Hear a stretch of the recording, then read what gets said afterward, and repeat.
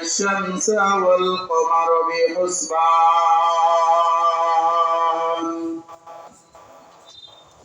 والنجم والشجر يسجدان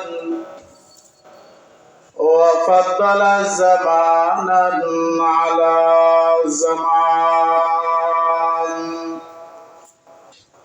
كما فضل مكانا على مكان وإنسانا على إنسان ونشهد أن لا إله إلا الله وحده لا شريك له لا ضد له ولا ند له ولا مثل له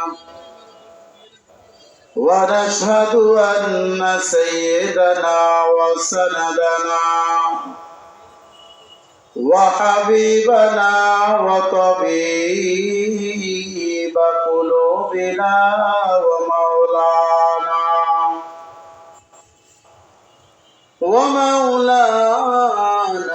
محمدا عبده ورسوله الذي أرسله الله تعالى بالحق بشيرا ونذيرا وداعيا إلى الله بإذنه وسراجا منيرا أما بعد فأعوذ بالله من الشيطان الرجيم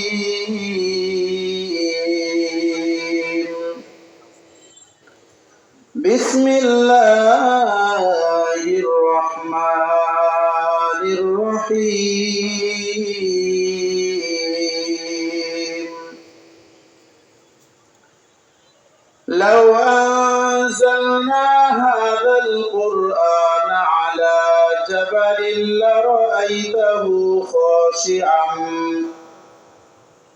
لرأيته خاشعا متصدعا من خشية الله وتلك الأمثال نضربها للناس لعلهم يتفكرون وقال رسول الله صلى الله عليه وآله وسلم أفضل الذكر تلاوة القرآن সকলে নামাজে দুরূদ পড়ি একবার اللهم صل على محمد وعلى آل محمد كما صليت على إبراهيم وعلى آل إبراهيم إنك حميد مجيد اللهم بارك على محمد وعلى آل محمد كما باركت على إبراهيم وعلى آل إبراهيم إنك حميد مجيد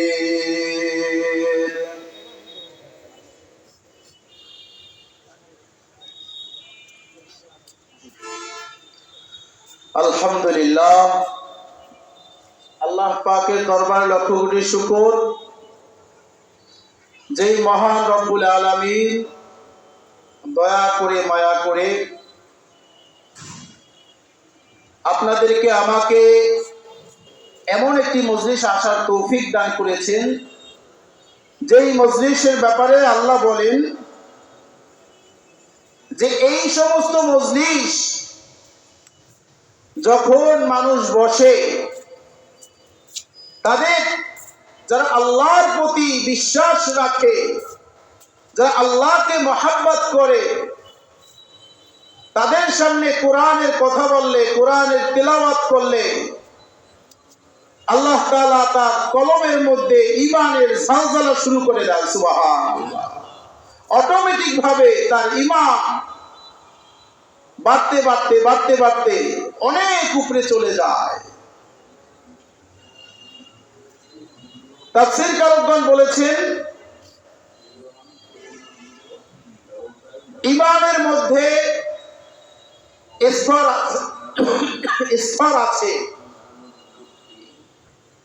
কিছু কিছু ঈমান আছে যে ঈমানটা কখনো কমে না, দিন আর দিন বাড়তেই থাকে, প্রতিনিয়ত কি করে? বাড়তে থাকে। আবার আল্লাহ তাআলার সৃষ্টি কিছু ব্যক্তি এমনও আছে যাদের ঈমান বাড়েও না কমেও না, এক লেভেলেই থাকে সর্বদা। এবং আর একটা জাতি হচ্ছে যাদের ঈমান বাড়ে এবং কমে, এক এক সময় অনেক উপরে চলে যায়, আবার গুনার হালতে গেলে, গুনার মজলিসে গেলে কমতে কমতে কমতে কমতে এমনকি হাদিসের ভাষায় বোঝা যায় মাঝে মধ্যে ঈমান একেবারে জিরো লেভেলে চলে ঈমান নাই হয়ে যায়। তো এক নম্বরে ঈমান যাদের দিন আর দিন বাড়তেই থাকে, এদের ঈমান কমে না, এরা হচ্ছেন নবী আউলিয়া কিরাম, নবী এবং রাসূলদের ঈমান। কাদের ঈমান? নবী এবং রাসূলদের ঈমান। এদের ঈমানের যে হালত, আল্লাহর প্রতি বিশ্বাস, মুহাব্বত, এটা কমে না, দিন আর দিন। নবুয়ত পেয়েছে 1 বছর 2 বছর, দিন আর দিন এদের ঈমানের স্তর বাড়তেই থাকে। এবং দ্বিতীয় নম্বরে যে স্তর হচ্ছে, এরা হচ্ছে ফেরেশতা। এরা কারা? ফেরেশতার দল, মালাইকা। এদের ঈমানের হালত হচ্ছে এক লেভেলে থাকে। আল্লাহ যাকে বলেছেন রুকু দাও, কিয়ামত পর্যন্ত রুকু অবস্থায় থাকো। যাকে বলেছেন সিজদা দাও, কিয়ামত পর্যন্ত সিজদা অবস্থায় থাকো। যাকে বলেছেন চুঙ্গা নিয়ে দাঁড়ায় থাকো, আদেশ হবে তো 1 সেকেন্ডও দেরি করবা না, তো তার ওইখানেই ওই অবস্থাতেই আছে। আর তৃতীয় নাম্বার প্রকার হচ্ছে, আল্লাহ তাআলা আমাদেরকে সম্বোধন করেছেন, আমাদের জিন ইনসান, আমাদের যে ঈমান, আমরা যখন এরকম কোরআনের তাফসিরে যাই, মসজিদে যাই, বয়ানে যাই, তখন কোরআনের তিলাওয়াত শুনে, কোরআনের আলোচনা শুনে আমাদের ঈমান বাড়তে থাকে। কি হতে থাকে? বাড়তে থাকে। আবার যখন গুনাহ মজলিসে চলে যাব, তখন আমাদের মজলিস ঈমান কি করবে? নিচের দিকে চলে যাবে। এজন্য বলেন, আজকে যারা আপনারা এখানে আসতে পেরেছেন, যারা এখানে আসতে পারে না, তারা কি সমান? এজন্য আল্লাহ তাআলার দরবারে আমরা শুকরিয়া আদায় করি যে আল্লাহ আমাদেরকে বাসস্থান কালিমা চত্বর তাফসীর আসার তৌফিক দান করেছেন। সকলে অন্তর থেকে বলি আলহামদুলিল্লাহ। ভূমিকা লম্বা করব না, আমি আপনাদের সামনে ইনশাআল্লাহ মূল আলোচনায় চলে যাব। আমি আপনাদের সামনে যে আয়াতখানা তেলাওয়াত করেছি, আয়াতখানার সারমর্ম হচ্ছে, আল্লাহ উম্মতে মুহাম্মাদীদেরকে উদ্দেশ্য করে বলছেন, হে নবী, আপনার উম্মতদেরকে জানায় দেন, তাদের হাতে যেই কোরআন আছে, এই কোরআনের ভার, এই কোরআনের ওজন অনেক অনেক বেশি। তারা বুঝবে কি বুঝবে না, এটা তাদের ব্যাপার, কিন্তু আমি আল্লাহর পক্ষ থেকে তাদেরকে জানায় দেন কোরআনের ভার কতটা। লাউ আনজালনা হাযাল কুরআন আলা জাবালিন লারাআইতাহু খাশিআম মুতাসাদ্দিআম মিন খাশিয়াতিল্লাহ।